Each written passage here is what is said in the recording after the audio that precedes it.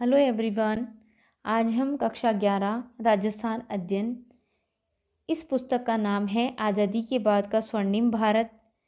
इस पुस्तक में कुल 5 अध्याय हैं। इस पुस्तक के प्रथम अध्याय के शेष भाग का अध्ययन करेंगे। प्रथम अध्याय के पहले भाग में हमने जाना कि अंग्रेज़ों ने किस प्रकार भारत को अपना उपनिवेश बनाकर यहाँ के उद्योग धंधों को समूल नष्ट करने की योजना बनाई। इससे भारतीय धन का इंग्लैंड में प्रवाह हुआ और इस धन की निकासी का सर्वप्रथम उल्लेख दादा भाई नौरोजी के द्वारा किया गया। इसके पश्चात आगे के क्रम में हम ब्रिटिश काल में भारतीय परंपरागत उद्योगों के पतन को जानेंगे। भारत में अंग्रेजी शासन के आगमन से पूर्व शहरों में दस्तकारी का कार्य बहुत कुशलता और कलात्मकता से होता था। काल्वर्टन लिखते हैं, प्राचीन काल में जब रोम के निजी और सार्वजनिक भवनों में भारतीय कपड़ों, दीवार दरी, तामचीनी, मोजेक, हीरे जवाहरात आदि का प्रयोग होता था, उस वक्त से लेकर औद्योगिक क्रांति के प्रारंभ तक आकर्षक तथा सुंदर वस्तुओं के लिए सारा संसार भारत का मोहताज था। सन 1800 ईस्वी तक भारतीय उद्योग धंधे संसार में सबसे अधिक विकसित अवस्था में थे, क्योंकि अभी उद्योग केवल कुटीर उद्योग ही थे और भारतीय कपड़ा अपनी सुंदरता और महीनता के लिए विश्व प्रसिद्ध था। ढाका की मलमल की पूरे विश्व में मांग थी। 13वीं, 14वीं, 15वीं शताब्दी में धातुकर्म, प्रस्तर शिल्प, नील, कागज, रंगाई, शीशे की चीज़ों का निर्माण, मनका, बेशकीमती पत्थरों पर की गई कारीगरी, सोने के तारों, कशीदाकारी जैसे अनेक कार्य विकास के चरम पर थे। लेकिन सन 1800 ईस्वी के बाद देश में एक आश्चर्यजनक परिवर्तन हुआ। औद्योगिक क्रांति के फलस्वरूप विदेशों में आधुनिक कारखानों में उत्पादन अत्यधिक बढ़ने लगा। इंग्लैंड की औद्योगिक क्रांति के कारण भारत में इंग्लैंड के कारखानों में बने माल की बाढ़ सी आ गई, जिससे न केवल देसी कुटीर उद्योगों का पतन होने लगा, बल्कि उनके देसी और विदेशी बाजार में गिरावट आई। इस घटना को इतिहास में अनौद्योगिकरण कहा जाता है। इससे भारतीय परंपरागत उद्योगों का पतन हो गया तथा भारतीय अर्थव्यवस्था पर इंग्लैंड का नियंत्रण सुदृढ़ हो गया। ब्रिटिश काल से पूर्व भारत में विभिन्न प्रकार के उद्योग धंधे फल फूल रहे थे, जैसे ग्रामीण उद्योग, कृषि आधारित उद्योग, कलात्मक ग्रामीण उद्योग, नगरीय कुटीर उद्योग आदि। ईस्ट इंडिया कंपनी का एकमात्र उद्देश्य भारत से कच्चे माल का इंग्लैंड में निर्यात करना और ब्रिटेन के कारखानों में निर्यात माल को भारतीय बाजारों में बेचकर अधिकाधिक लाभ कमाना था। कंपनी जब आई तो भारत में निर्मित कपड़ा व अन्य माल बेचने से इंग्लैंड में निर्मित कपड़े की बिक्री अत्यधिक कम हो गई। परिणाम स्वरूप इंग्लैंड की कंपनियों ने भारत से कपड़ा मंगाने का विरोध किया। अतः सन 1700 ईस्वी में कानून बनाया गया, जिसके द्वारा इंग्लैंड में विदेशों से आने वाले कपड़े पर रोक लगा दी गई। इससे भारतीय निर्यात पर गहरा प्रभाव पड़ा। व्यापार संतुलन इंग्लैंड के पक्ष में होता चला गया। भारतीय उद्योगों को इससे हानि हुई। ब्रिटिश सरकार ने विभिन्न भेदभावपूर्ण कानून और नीतियों से ऐसी व्यवस्था बना दी जिससे भारतीय कच्चा माल सस्ती दरों पर इंग्लैंड में निर्यात किया जाए और वहाँ के कारखानों में निर्मित माल आयात कर भारतीय बाजारों में महंगी दरों पर बेचा जाए। इसका एक उदाहरण यहाँ दिया है। इसमें एक कपास बुनकर अपने कपड़े के लिए कपास सूरत और बम्बई से लेते थे। इस कच्चे माल पर अपना नियंत्रण रखने के लिए कंपनी कर्मचारियों ने एक कंपनी खोल ली और सूरत से 25 लाख रुपए में सारी कपास खरीद ली। इसके परिणाम स्वरूप कपास की कीमत 16 से 18 रुपये प्रति मन से बढ़कर 20 से 30 रुपये प्रति मन हो गई। ये बुनकरों के लिए अत्यधिक घातक सिद्ध हुआ।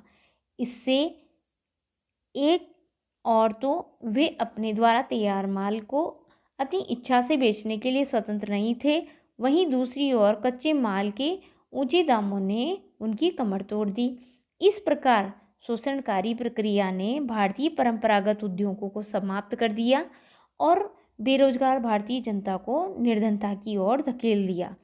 इस अनौद्योगिकरण के कारण भारतीय जनता की कृषि पर निर्भरता निरंतर बढ़ती चली गई। ब्रिटिश काल में कृषि पर प्रभाव। ब्रिटिश काल में कृषि का इतिहास कृषकों की निरंतर निर्धनता का इतिहास है। ये कृषकों के कर्ज के दुष्चक्र का इतिहास है। ब्रिटिश काल में भारतीय परंपरागत उद्योग धंधों के पतन के कारण कृषिगत भूमि पर जनसंख्या का भार बढ़ गया, जिसके परिणाम स्वरूप खेतों का आकार छोटा होता गया और कृषि एक लाभप्रद रोजगार नहीं रही। ईस्ट इंडिया कंपनी के द्वारा नियमित राजस्व वसूली के लिए नई भू राजस्व व्यवस्था को लागू किया गया। सन 1765 में ईस्वी में कंपनी का बंगाल, बिहार, उड़ीसा की दीवानी मिलते ही भू राजस्व वसूलने के लिए स्वयं के लाभ के लिए एक नया ढांचा खड़ा करना था। साम्राज्य विस्तार के लिए अधिक धन आवश्यकता थी, इसलिए सर्वप्रथम बंगाल में लगान में वृद्धि की गई।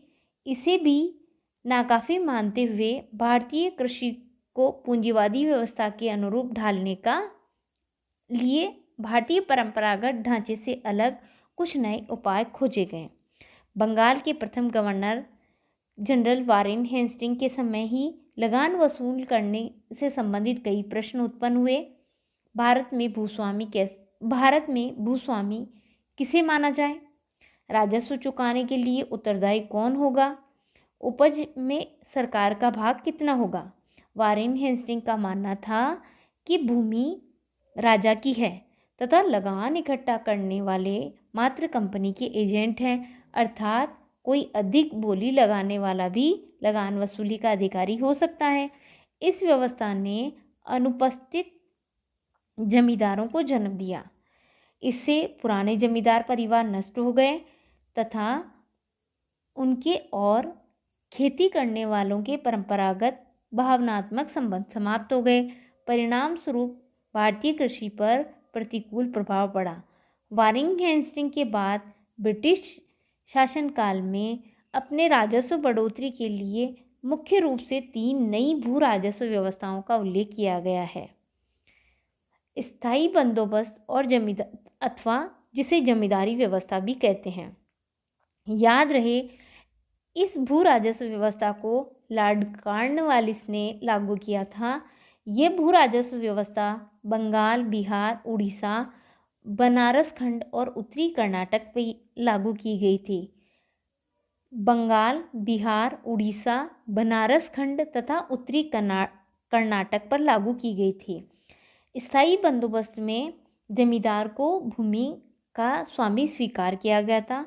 वह भूमि को बेच सकता था अथवा दान दे सकता था तथा राज्य की ओर से कर देने के लिए केवल जमींदार ही उत्तरदायी था।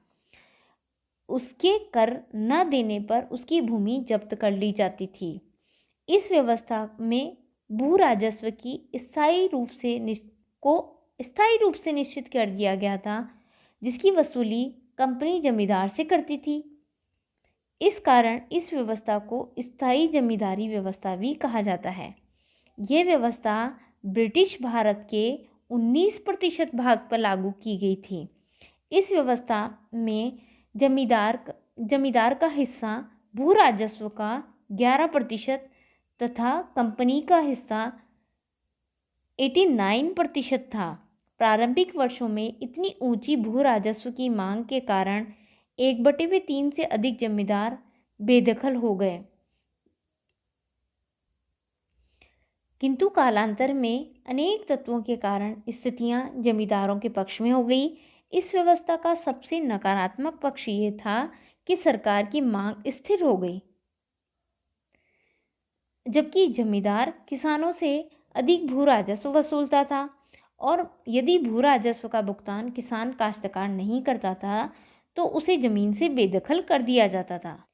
दूसरी व्यवस्था थी महलवाड़ी व्यवस्था। यह भू राजस्व व्यवस्था ब्रिटिश भारत के 30% भाग पर लागू थी। इस भू राजस्व व्यवस्था में भूमि कर की इकाई कृषक के खेत को नहीं मानकर ग्राम अथवा महल को माना जाता था। इस व्यवस्था में भूमि सामूहिक रूप से समस्त गांव की होती थी, जिसे भागीदारों का समूह कहा जाता था। ये लोग सामूहिक रूप से भू राजस्व देने के लिए उत्तरदायी था। यदि कोई व्यक्ति भूमि छोड़ देता था तो ग्राम सभा इस भूमि को संभाल लेती थी। यह भू राजस्व व्यवस्था, याद रहे, अवध, यूपी, मध्य प्रांत तथा पंजाब में कुछ क्षेत्रों कुछ परिवर्तन के साथ लागू की गई थी। अवध, यूपी, मध्य प्रांत और पंजाब में कुछ परिवर्तनों के साथ लागू की गई थी। इस भू राजस्व व्यवस्था में कर की वास्तविक दर के स्थान पर संभावित दर पर कर लिए जाने लगा। इसके कारण कृषकों की स्थिति और अधिक खराब हो गई। इस कारण इस क्षेत्र के लोगों ने सन 1857 ईस्वी में विद्रोह में भाग लिया। रैयतवाड़ी व्यवस्था। ये भू राजस्व व्यवस्था ब्रिटिश भारत के 51% भाग पर लागू थी। इस भू राजस्व व्यवस्था में रैयत, जिसका अर्थ है किसान, को भूमि का स्वामी स्वीकार किया गया था। किसान राज्य सरकार को भूमि कर देने के लिए उत्तरदायी था। वह अपनी भूमि को बेचने, गिरवी रखने का अधिकारी था। वह अपनी भूमि से उस समय तक वंचित नहीं किया जा सकता था जब तक कि वह उस पर भूमि कर देता रहे। इस व्यवस्था को मद्रास प्रेसिडेंसी के बारामहल जिले में सन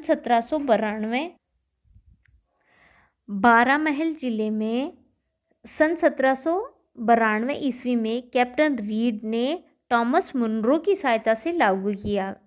याद रहे, रैयतवाड़ी व्यवस्था मद्रास प्रेसिडेंसी के बारामहल जिले में 1792 में कैप्टन रीड ने टॉमस मुनरो की सहायता से लागू किया। इस व्यवस्था को बम्बई में ई गोल्डस्मिथ, कैप्टन डेविडसन तथा कैप्टन विग्नेट ने भू सर्वेक्षण के बाद इन 3 लोगों के भू सर्वेक्षण के बाद बम्बई में लागू किया गया था। E Goldsmith, captain Davidson, captain Vignette, इन लोगों ने बम्बई में भू सर्वेक्षण कर तत्पश्चात रैयतवाड़ी व्यवस्था को बम्बई में लागू किया गया।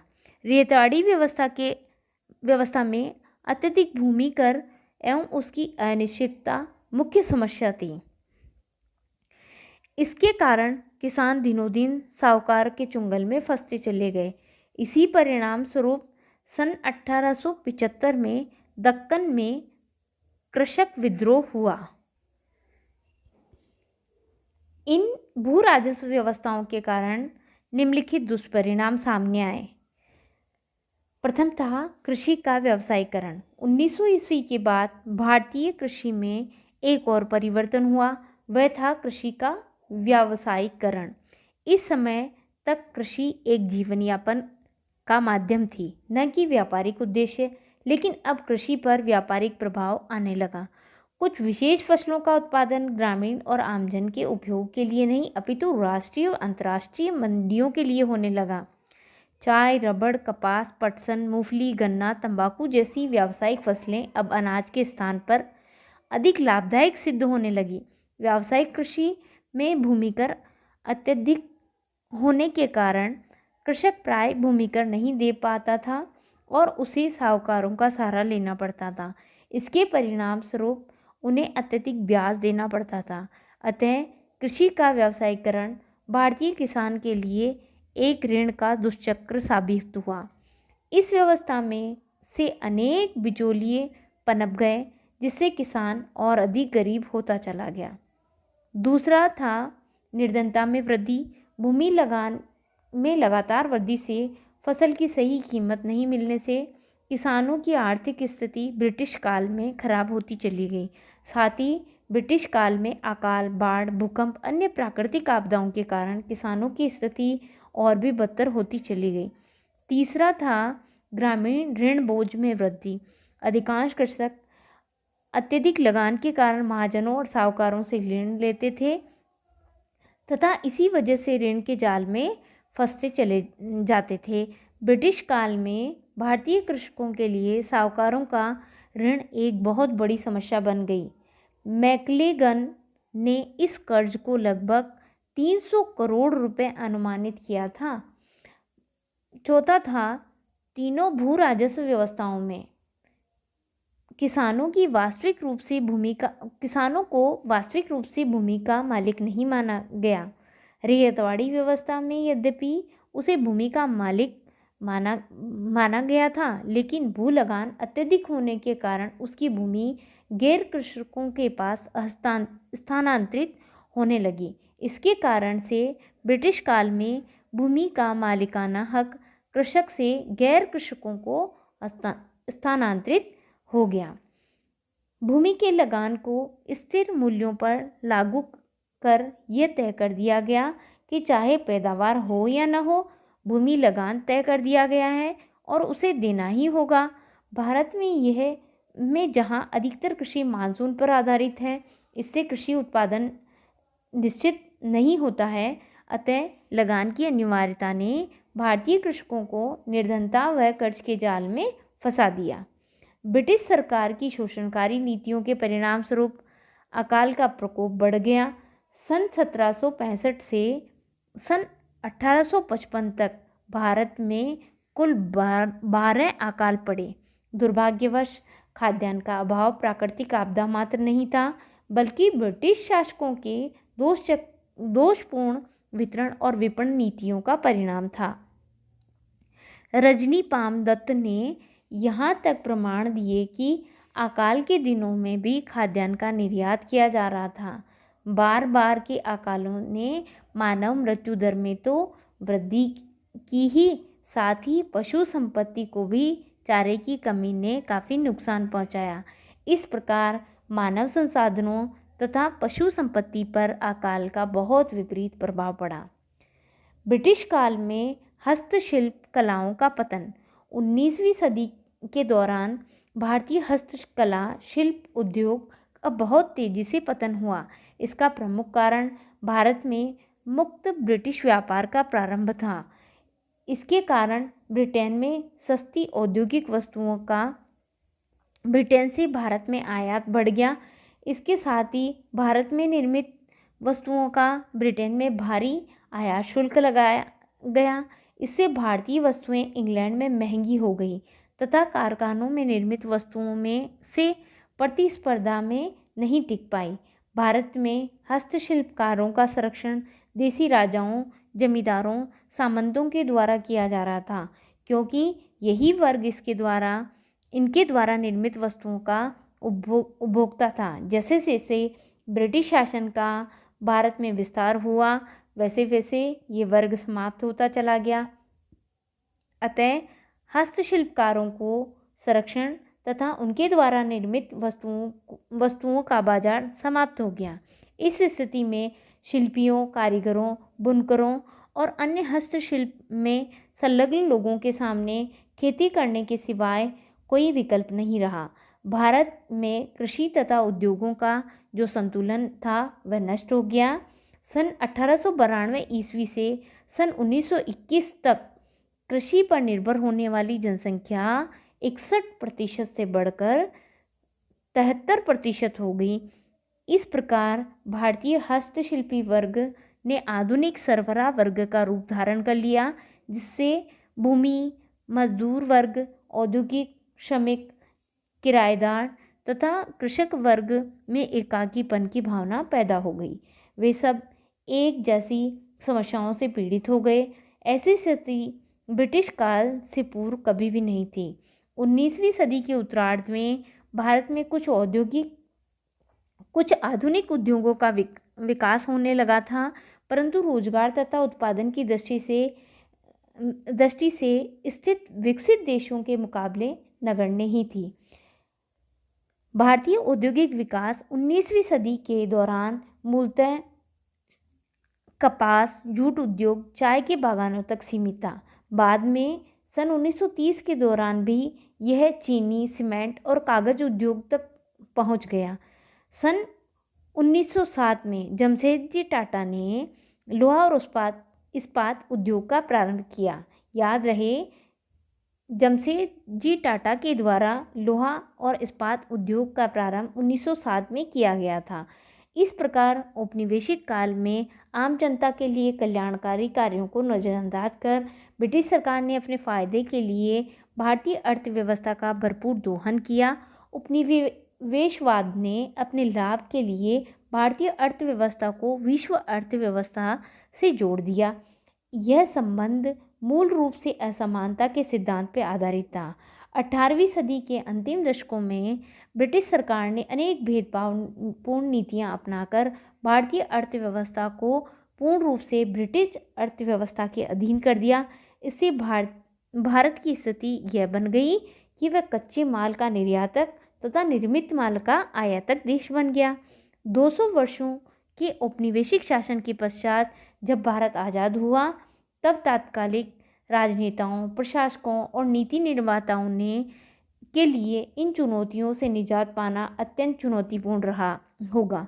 ये कल्पना की जा सकती है कि इन समस्त चुनौतियों के बीच चुनी हुई लोकतांत्रिक सरकारों ने लगभग हर क्षेत्र में आधारभूत संरचना के विकास के लिए ऐसी योजनाएं तैयार की जिससे वर्तमान विकसित भारत का निर्माण संभव हो सका। इसी के साथ हमारा प्रथम अध्याय पूर्ण होता है। इसमें हमने जाना कि किस प्रकार से अंग्रेज़ों ने भारतीय उद्योग धंधों को समूल नष्ट कर भारतीय अर्थव्यवस्था पर अपना पूरा अधिकार स्थापित कर लिया, जिसके क्या क्या दुष्परिणाम निकले। धन्यवाद।